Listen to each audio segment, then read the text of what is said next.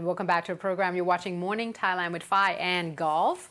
And of course, I think with Phi has a little bit more... Yes, I forgot to mention one fact, interesting fact here, because in the case of the police officers, 2 police officers that had involved in a phone booth vandalization, they said that the victim and the suspect who crashed, trying to crash onto him, knew each other quite well because they attended the same what is called police school. Oh, okay, the cadet. Yeah, the cadet, right. yeah. Well, that's the thing. It's get weirder and weirder. All right, moving on to, I guess, good news for a lot of people. I mean, we have been quite stressful, in a lot of stress these days with political issue, but I guess life goes on, and so is, you know, the economy. And one of the biggest things that men tends to like is cars, as well as pretty girls. And at this point, Motor Expo 2013 is ongoing. It started yesterday. They have a press release, and there was give a lot of press a chance to get in firsthand, just to see what will be in the Expo itself. And they say that yesterday at about 10 o'clock at the Muang Thong Thani, so Impact, they say that it will be on the Challenger 1, Hall 1 to 3. So this is a long haul. That means that you're going to see a lot of items for sure. One other thing is 38 companies, car companies, joined this particular expo for this year. And they say that for motorcycles, 10 companies are actually in the expo trying to make sure that their latest products are showcased, their models as well. As you can see, a lot of pretty girls there. Now, apart from all the cars that will be showing for you there would also be a lot of deals in terms of discount and, you know, different things that you can actually bargain on.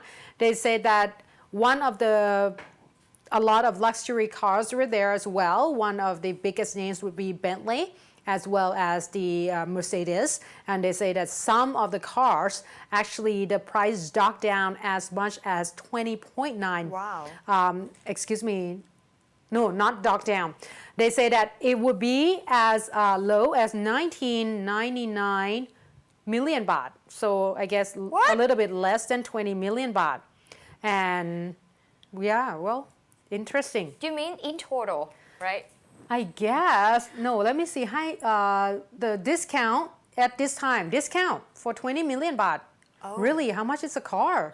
Oh my God. I'm not even sure when they say total, as in like, is that means like total of every models combined, or is just total for one car? But anyway, if it's in a million terms, I think that's still a pretty good deal to but if take a look at. But if it's Bentley that you're talking about, 20 yeah. million. Yeah, it was much, but if the car was like 90 million, 50 million, we could not afford it anyway. Yeah, I don't get it. Sometimes I have to say, I don't get like people buying expensive, like extremely expensive stuff.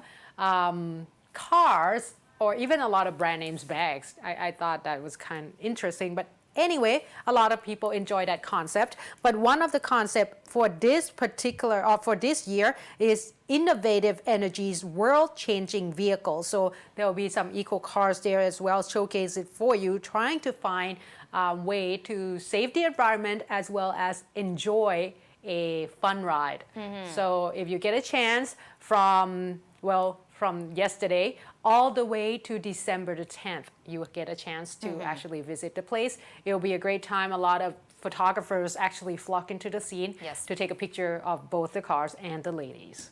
If only you're not interested in buying a new car, just go walking around watching new models of the new car. There's a lot of new cars these days that have been released into the market. An interesting exhibition of various engines and such as well. So, you know, yes, it's of course. fun things Boys to do. and their toys, just go there and avoid the traffic. As well, much. Because Motor Expo is notorious for the bad traffic around the area. Now, moving on to a weather warning here, because yesterday there were an announcement from the meteorological department saying that they will be issuing an advisory warning for people in the north, northeast, and central regions, and also down south, to brace for the temperatures to drop 5 to 7 degrees Celsius over the weekend.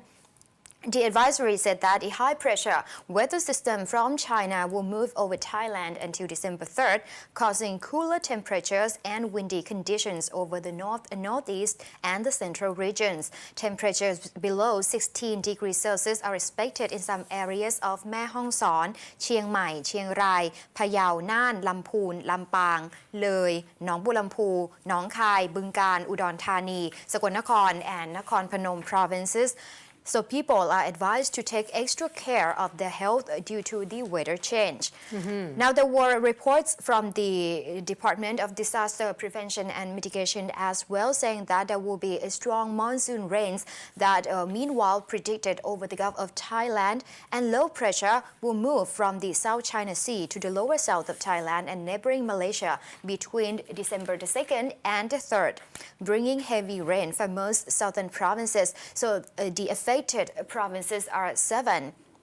According to the warning, including Chumphon, Surat Thani, Nakhon Si Thammarat, Pathalung, Songkhla, Pattani, Yala, and Narathiwat provinces, there will be waves of 3.5 meters high expected in the lower Gulf of Thailand from this day onwards until December 3rd, and small boats south of Chumphon have been advised to stay ashore. So if you happen to be in the area and you might need help if any situation arises, there is an emergency hotline number 1784 24 hours. Right. If it happens that there will be heavy rain or flash floods or a landslide or whatever, that we'll keep our finger crossed it wouldn't happen. But if there was an emergency, 1784. For if you want rescue officers, if you need any help or even the information that might be necessary in the situation. But it seems that with this particular weather warning here, the flood situation down south is not getting any better at all. No, I think the thing is they have to brace for that. The cyclones that will come into the country as well, the Lehar, and we also have seen a little bit of a heavy rain already. So still at this point, I would say until the warning has come out and say that, you know what, everything is going to be okay, it has moved past the country, I think you're going to still have to be very, very careful with the 24 hours watch out for these particular problems. Hope it gets better soon. And don't worry, it's not the abnormal situation that happened. It's just a monsoon season and it will pass. It's just a lot more than we expected, that's all. All right, moving on to the demonstrations to report. Apparently yesterday, a lot of things happened, and you have got to admit at this point, it seems like a lot more people are coming out and join forces in different locations of the anti-government rallies. Kun Phai will talk about the supporters later on, but as for me, let's take a look at the anti-government at this point. Apparently yesterday there has been a little bit of a movement that people actually moved. For example, to the National Police Bureau. That was one of the biggest things that took place yesterday. Don't forget, this is pretty close to a big shopping area. So that means that a lot of people will actually be able to witness this, and obviously, whatever comes with a lot of crowd is the traffic congestion in the area.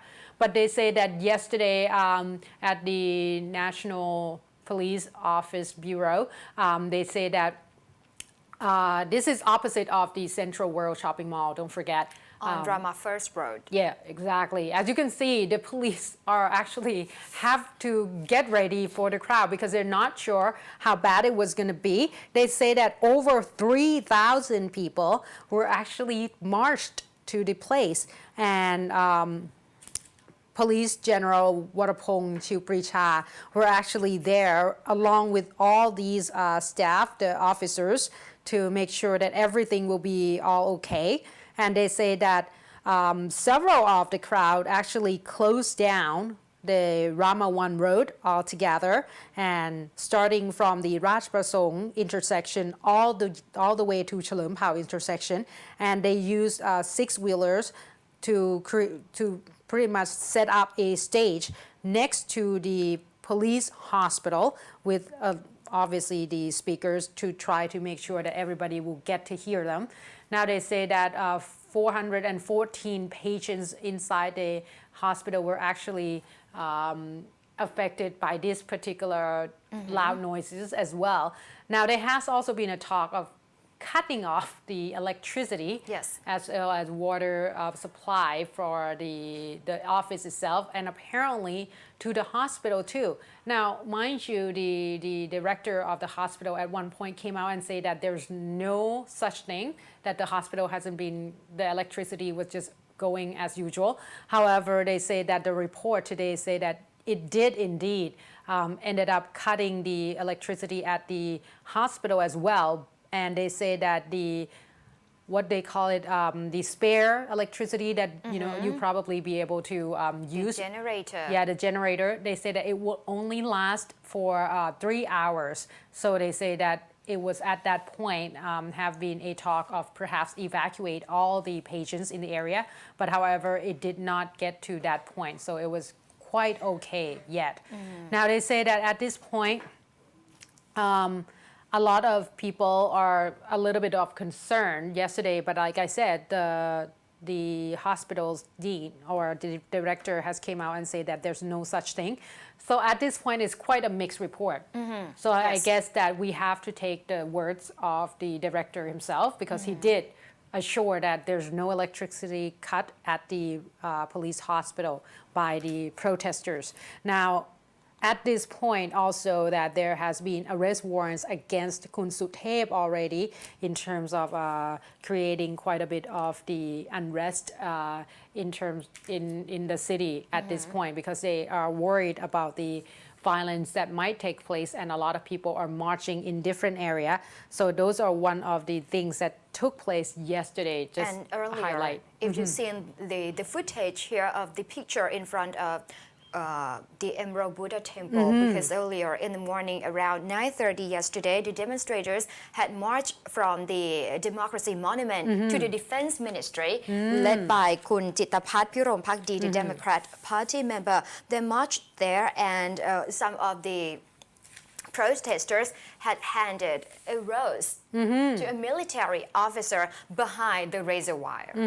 However, they did not get into the building or the Defense Ministry compound, because if you can see it there, there were like razor wire and block barricade and a lot of troops stationed in order to tackle the protesters. However, everything went peacefully, because the group was just there and calling for the senior military officer to come out and receive the flower from them. Right, and I believe that they did not blow whistles and such either, because they were like requesting that it should be nice and peaceful, and that was one of the things that's probably good at this point, trying to be quite peaceful. Another thing, though, just before we go here to move on to another demonstration, there's also a talk yesterday that at the government complex where Kun Sutep Turksuban is situated right now, at about 9:15 p.m. last night, there has been Kun Sutep took on stage, and one of the biggest thing he mentioned was pretty much a talk or a comments towards Kun Korn Jatikawanit, who is actually the fellow Democrat MPs. I thought they're quite a good, on a good term. Yeah, they're quite close colleagues too. But Kun Korn, of course, has mentioned in his Facebook, on his Facebook, talking about how he actually opposed, and he said it to a lot of reporters as well, that he's actually opposing whatever Kun Sutep is doing right now as not very. It's not a good tactic, and he's not accepting it. Now they say that at this point, Kun Sutep said that he just feel bad that even though Kun Korn was actually graduated from Oxford University, he could not be a match to คุณ เอกนัท พร้อมพันธ์ who's also graduated from the Oxford University but also decided to resign and fight with the people. Well, earlier I had listened to the possible rift inside the Democrat Party before Kun Sutep had decided to resign, because earlier Kun Korn was talking about resigning too. However, their stances separated after the cancellation of the amnesty bill, because Kun Korn said that they should stop. But Kun Sutep insisted that they should go on. So that's where that's where they split there. All right, so they say that at this point, one of the biggest thing that Kun Korn criticized about Kun Sutep was the demands that asking for the people parliament almost. And Kun Korn said that he's not even sure what that's supposed to mean and whether or not that could actually be done and such. So at this point, Kun Sutep said that, well, that's because the whatever normal system we're having right now is not working, so there should be something else in place, like alternative choice. Yes, of course, and this is the picture from the Democrat Party press announcement yesterday after a secret meeting between the party members. Kun Apisit Vechachiwa, the party leader, said that they had already came to a conclusion, saying that the Democrat Party would not, all the MP would not resign. Because some people have been calling for them to resign. However, they will not resign, but they will allow some MPs to join the protest in order to support. Right. In order to support the protest. All right. Very interesting indeed. So far, the protesters will stay put at the government complex on Jangwattana Road and also at the Finance Ministry on Rama 6. In addition to the Ratchadamnern Avenue at the Democracy Monument, earlier they said that they would not. They would make the way for the celebration of His Majesty the King's birthday, but as it seemed, they will be there because Kun เอกนัท พร้อมพันธ์ said that they would not be calling off the protest on December 5th because the gathering would not affect the ceremony to celebrate the occasion. However, demonstrators said they would fully cooperate with authorities if Ratchadamnern Avenue is to be used for the celebration. We still have to see if authority will be okay with that. But there was a movement from another group that seems not to be okay. The activity of the United Front for Democracy Against Dictatorship, or the UDD, the Red Shirt group that has been camping at the Rachamankala National Stadium for 5 days now since last Sunday. Yesterday, the core leader Kun Jatuporn Prompan said that he believes the anti-government protest will only last until December the 12th. When Kun Sutep Teosuwan, the co-leader, has to go to the court to fight charges in the 2010 murder case. Kun Sutep and Kun Apisit Vechachiwa, the Democrat leader, are due to petition the court that day concerning the 2010 crackdown on the red shirt protesters, which left at least 92 people dead. Kun Jatuporn was addressing a mass gathering of UDD supporters, saying that they have to stay calm and wait until December 12th when the two people are put into jail, and then they will consider their next move. And also, this is Kun Thida Thawan, said the chairwoman of the UDD. She reiterated the movement's call for the anti-government movements to stop hurting the nation. Kun Thida said no one actually knew what form the new system would take if the current government is toppled.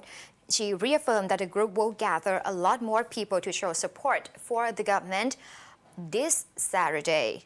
So the mass demonstration will be still held as planned, because earlier there were rumors or unconfirmed reports saying that there won't be a mass gathering of the red shirt, but some people say they were still on. So this is another mixed report from another camp.